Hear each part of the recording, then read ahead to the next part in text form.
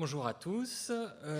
Donc moi, je vais vous faire une présentation. Je vais vous parler principalement de cartographie et dans une approche très quantitative, donc qui tranche un peu à mon avis avec le reste des présentations qu'on verra pendant les 2 jours.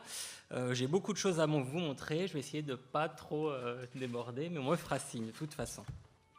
Alors, pour définir le cadre de ma présentation, pour qu'il n'y ait pas d'ambiguïté dans mes propos, moi, ma présentation se situe entre ces 2 sphères, c'est-à-dire entre mon travail d'ingénierie de recherche au CNRS en géomatique, cartographie, statistique, base de données, dans un laboratoire qui travaille pas du tout sur l'immigration, et mon activité au sein du réseau Migre-Europe, qui est une association euro-méditerranéenne dont l'objectif est de faire connaître et de lutter contre l'enfermement des migrants en Europe. Donc je parlerai que d'Europe. Donc une des représentations emblématiques du réseau est par exemple cette carte sur les lieux d'enfermement en Europe et au-delà de l'Union européenne. Un dispositif devenu central dans les politiques migratoires de l'Union européenne. Voici la 6e édition de la carte qui vient de paraître.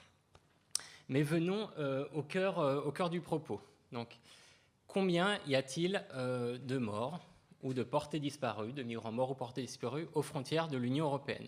Alors, pour répondre à cette question, déjà, ce qu'il faut le savoir, c'est qu'il n'y a pas de données officielles permettant un tel recensement. Donc, plusieurs organismes se sont lancés au fil du temps à essayer de réaliser cette comptabilité macabre.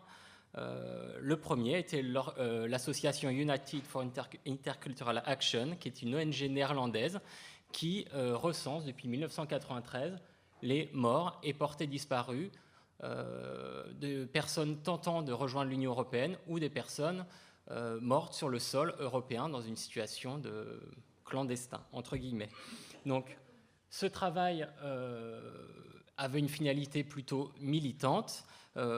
Les listings, leurs bases de données réalisées étaient imprimées en grand format pour réaliser des actions un peu coup de poing pour interpeller l'opinion publique. Donc, par exemple, ici, devant le Parlement européen, une liste avec les noms et les dates de décès des différents migrants, ainsi que la cause du décès. On voit une liste gigantesque qui permettait d'interpeller l'opinion publique.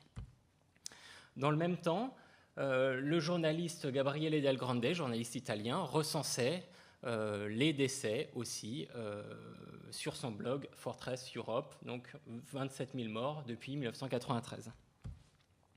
Alors depuis 2014, en Europe, on a un outil très précieux, c'est le site The Migrants File, qui est un consortium de journalistes, en fait, de 15 pays européens, dont la vocation est d'essayer de faire un peu le clair sur ces différentes données de morts et portés disparus en Europe. Alors le travail qui a été réalisé a consisté à prendre les différentes bases de données existantes, donc les bases de données plutôt associatives, des projets de recherche, des rapports, des publications gouvernementales, une revue de presse, etc. et de mettre tout ça en commun et d'effectuer un travail de comparaison, éliminer les informations redondantes et vérifier chaque fait pour obtenir un chiffrage assez précis du nombre de morts. Donc ce qui s'est avéré, c'est que toutes les bases de données existantes sous-estimaient assez fortement la réalité. Alors je tiens à préciser aussi que ces données, la matière première de cette information que je vais montrer après en carte, est avant tout une information médiatique, c'est-à-dire que c'est en grande partie une revue de presse, une collecte des différents journaux européens, et tout cela est renseigné petit à petit dans une base de données.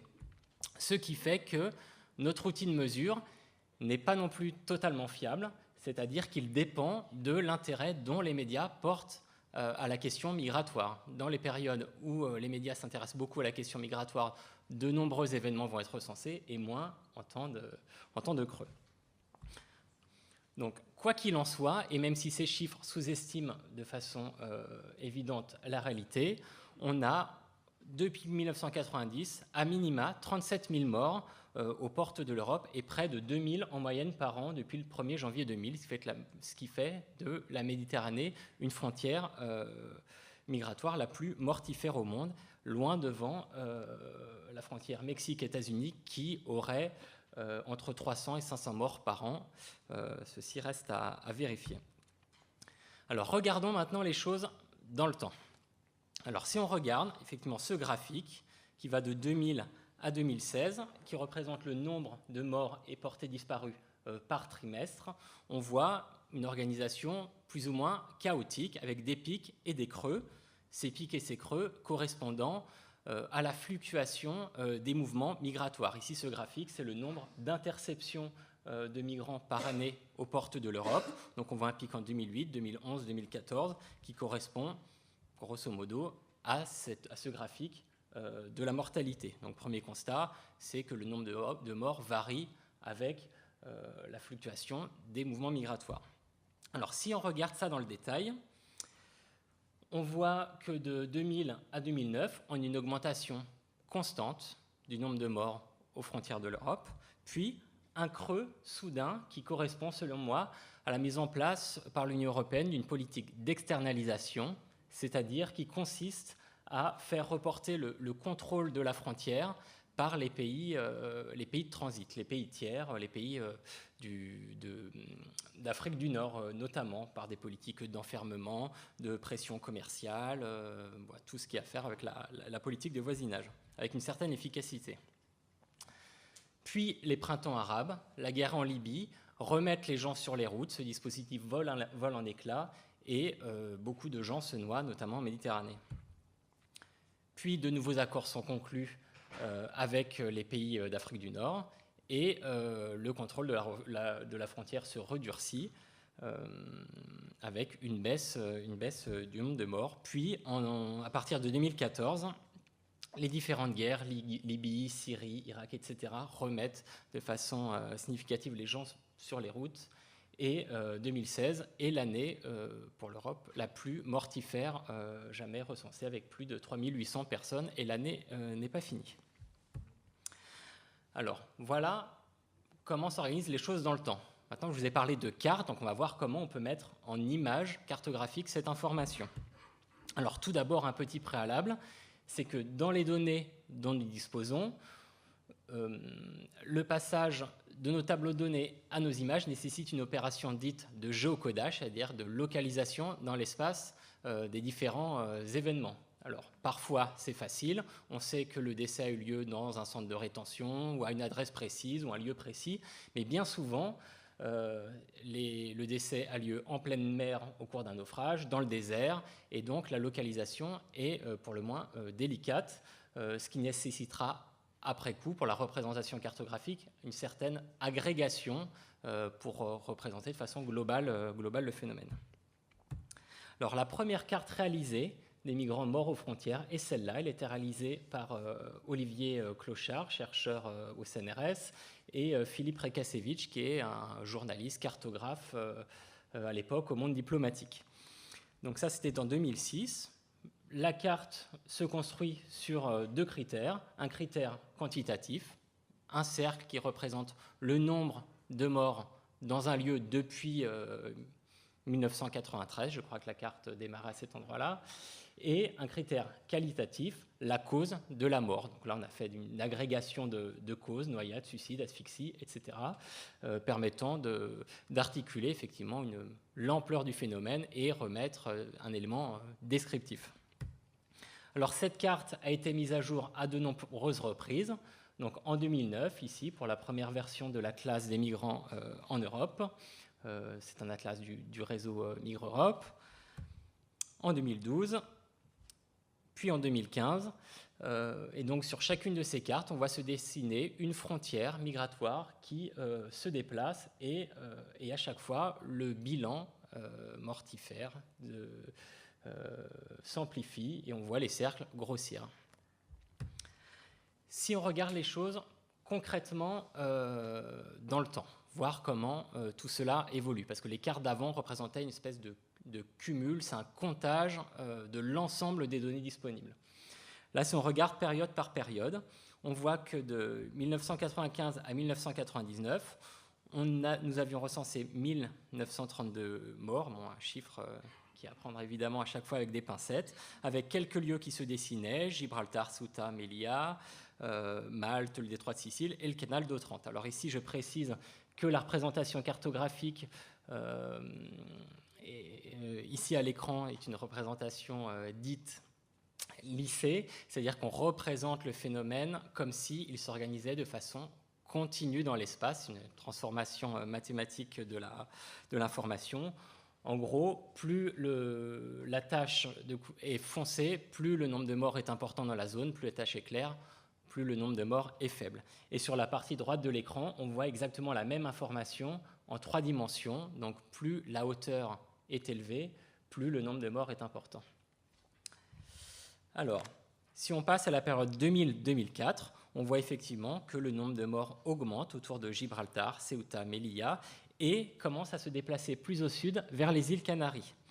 En fait, ce qui s'est passé, c'est que le renforcement de la frontière au niveau de Gibraltar, avec des systèmes de surveillance très sophistiqués, rendent la frontière plus difficile à franchir, ce qui fait que les flux migratoires se dévient un peu plus au sud, vers les îles Canaries, et le nombre de morts augmente. De 2005 à 2009, l'agence Frontex commence à mettre en place des opérations de contrôle de plus en plus loin de l'Union européenne.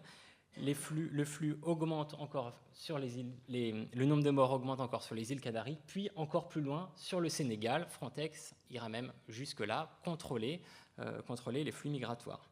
Et on voit aussi apparaître, effectivement, à la fin de la période, une augmentation très forte du nombre de morts au niveau du canal de Sicile, de Malte, de Lampedusa, bref, au nord de la Libye.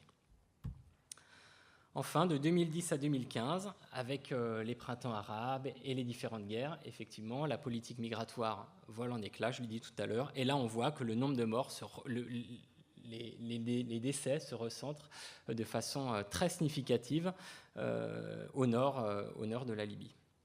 On voit aussi qu'il commence à poindre au niveau de la mer Égée une augmentation progressive des morts du fait des migrants qui empruntent la route des Balkans. Donc un constat, quand on regarde ces différentes cartes, c'est que les politiques de durcissement des frontières ne semblent pas être efficaces et qu'à chaque fois qu'un lieu est fermé, les flux migratoires ne sont pas stoppés, ils sont simplement déviés. Les trajets sont plus chers, plus dangereux et le nombre de morts augmente à chaque fois. Et souvent, après des indignations éphémères, même sincères, la politique migratoire, la politique menée par l'Union européenne et les différents États, passé la compassion, va vers toujours plus de durcissement.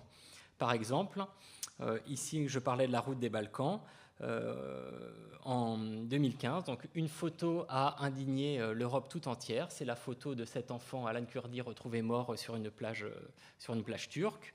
Son décès correspondait à un vrai pic de mortalité dans la région. Effectivement, tout le monde s'est indigné, mais si on regarde concrètement ce qui se passe dans la région en termes de réponse, c'est un cloisonnement assez strict de cette route, donc avec des murs qui sont érigés entre la Turquie, la Bulgarie, la Turquie, la Grèce, la Macédoine. La Hongrie est en train de se cloisonner complètement. On a même des murs qui sont construits entre la Croatie et la Slovénie, c'est-à-dire au sein même de l'Union européenne. Et l'Autriche construit des murs pour bloquer cette route des migrants au sein même de l'espace Schengen, c'est-à-dire complètement en contradiction avec cette idée de liberté de circulation que l'Europe érige en étendard. Alors face à cette situation, selon moi, les cartes ont un rôle à jouer pour lancer l'alerte, interpeller, diffuser des informations. On dit souvent en géographie que la carte, c'est le point de départ de la réflexion. On représente notre information pour comprendre comment un phénomène s'organise dans l'espace. Et à la fin du travail, la carte est un moyen de diffuser l'information, expliquer, communiquer, etc. Donc voici une carte, la même carte que tout à l'heure, reprise avec un titre un peu plus percutant, l'Europe assassine, dans l'idée de mettre en cause la politique migratoire de l'Union européenne, qui, plutôt que de déployer une politique pour sauver les migrants en mer, essaye, justement, on l'a dit, de les empêcher de venir avec seulement une politique qui est en partie responsable des décès. Donc cette carte est en fait à lire en miroir avec une tribune qui avait été publiée dans la presse française, donc Lampedusa, l'Europe assassine, après un énième naufrage où effectivement l'Europe était interpellée dans ses responsabilités. Voici un autre exemple de carte intitulée Mer morte. Bon, je vais passer un peu rapidement sur certaines cartes. Donc on a la même carte et effectivement sur la droite des éléments infographiques montrant le phénomène qui s'aggrave. Alors on peut aussi proposer des choses un peu plus expérimentales. Par exemple ici, la ligne rouge, ce ruban rouge représente un mur qui est en fait la ligne de mortalité la plus importante entre l'Afrique et l'Europe. Donc cette ligne dessine l'endroit où les morts sont plus importants. Donc l'idée de cette carte, c'était de rappeler cette idée d'Europe forteresse, souvent utilisée par les militants pour condamner la politique migratoire de l'Union européenne. Un autre exemple dans le même esprit, pour insister sur les noyades en mer, voici une carte. Donc c'est des cartes en 3 dimensions hein, normalement. Donc là on a juste une capture d'écran où ici donc c'est une construction mathématique. Plus le tourbillon est profond, plus le nombre de morts dans cette zone est élevé. Voilà, c'est comment la carte peut jouer un peu un rôle comme un dessin de presse pour interpeller, donc avec plus ou moins d'efficacité dans ce cas-là. Et voici une dernière représentation que j'aime bien, que j'appelle la butte rouge migratoire, qui est l'idée de représenter la frontière, non pas comme une ligne, comme on le fait souvent en géographie, mais comme un champ de bataille, une zone. Donc sur cette carte, on voit différents lieux, les îles Canaries, Gibraltar, Ceuta, Melilla, et une énorme butte. C'est pareil, cette carte est à lire en 3 dimensions, donc sur Lampedusa, Malte, la mer Égée, etc. L'idée de cette carte, qui prend en compte l'ensemble des données disponibles, c'est que plus l'altitude est élevée, plus le nombre de morts est important dans la zone. Alors pourquoi est-ce que je fais ça? Parce que la butte rouge migratoire, donc la butte rouge, avant d'être cette carte, c'est une chanson anti-guerre, écrite pour condamner les morts pendant la première guerre mondiale, donc en référence à la butte Bhopal, mais elle est aussi souvent identifiée à tort à la Commune de Paris, aux événements révolutionnaires de la Commune de Paris, ce qui fait que c'est une chanson aujourd'hui révolutionnaire, de gauche, et l'idée c'est de poursuivre un peu cette filiation. On a dit tout à l'heure que la lutte des classes était transformée par un droit à la mobilité, en gros si je résume brièvement. Donc là c'est cette idée que le refus de la guerre contre les migrants, le refus de la guerre jadis, et aujourd'hui le refus de la guerre contre les migrants, bref les damnés de la terre hier et les damnés de la mer aujourd'hui. Alors je passe ça, excusez-moi. L'idée de ces cartes qui permettent de décrire ces morts aux frontières, c'est que c'est selon moi un bon moyen pour rentrer dans le débat public, que ce soit dans la presse écrite ici ou même sur un plateau de télévision. Ici, cette carte a été présentée en introduction à un débat sur l'immigration sur une chaîne d'information française, où effectivement, présentée d'emblée avant le débat, entérine une espèce de réalité indépassable. C'est sur la carte, donc c'est vrai, une espèce d'argument géographique qui fait que on est obligé de prendre en compte cette réalité-là. Alors voilà, et je conclurai là-dessus, toujours sur l'idée de faire sortir un peu ces cartes qui sont des arguments du giron strictement universitaire. Donc avec le réseau Migre Europe et le collectif Étrange Miroir, nous avons effectué une exposition itinérante qui est en cours, qui est en train de circuler sur les parcours migratoires, les migrations en général. Donc ça se passe comme ça, il s'agit de pupitres où les cartes sont projetées, donc il y a des photos aussi qui sont exposées, et à chaque fois qu'on tourne une page, en fait sur le pupitre, on a une espèce de gros livre, à chaque fois qu'on tourne une page, différentes animations sont générées et un son vient raconter l'histoire de la carte. Donc l'idée est toujours de mettre ces thématiques dans d'autres lieux, avec d'autres personnes.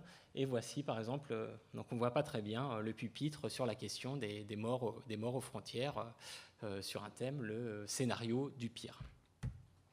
Donc en conclusion, la carte est selon moi un bon outil pour diffuser des informations des thématiques, d'utiliser une présomption d'autorité pour voilà, faire valoir une réalité géographique. Les gens meurent, c'est pour de vrai, et dessiner effectivement une contre-vision du monde, parce que beaucoup de cartes sur les migrations, notamment des grosses flèches rouges, viennent véhiculer une espèce de thématique d'invasion de l'Union européenne, ce qui est totalement erroné. Donc nous emparer de l'outil cartographique pour diffuser des arguments me paraît être un atout. Côté négatif de la carte, c'est qu'effectivement, vu l'échelle sur laquelle on travaille, le niveau d'agrégation est important et donc on ne raconte pas des histoires individuelles, on déshumanise un peu, on transforme des parcours, des itinéraires par des histoires agrégées, des flux, des grandes masses d'informations. Donc une solution peut être notamment de changer d'échelle et d'utiliser la carte. Ici, c'est la frontière entre la France et l'Angleterre à Calais, où effectivement les gens meurent. Et donc là, sur cette carte, chaque point représente une personne. Le nom de chaque personne est indiqué sur la carte comme une espèce de monument aux morts numérique permettant de retracer les histoires individuelles de chacun. Merci beaucoup.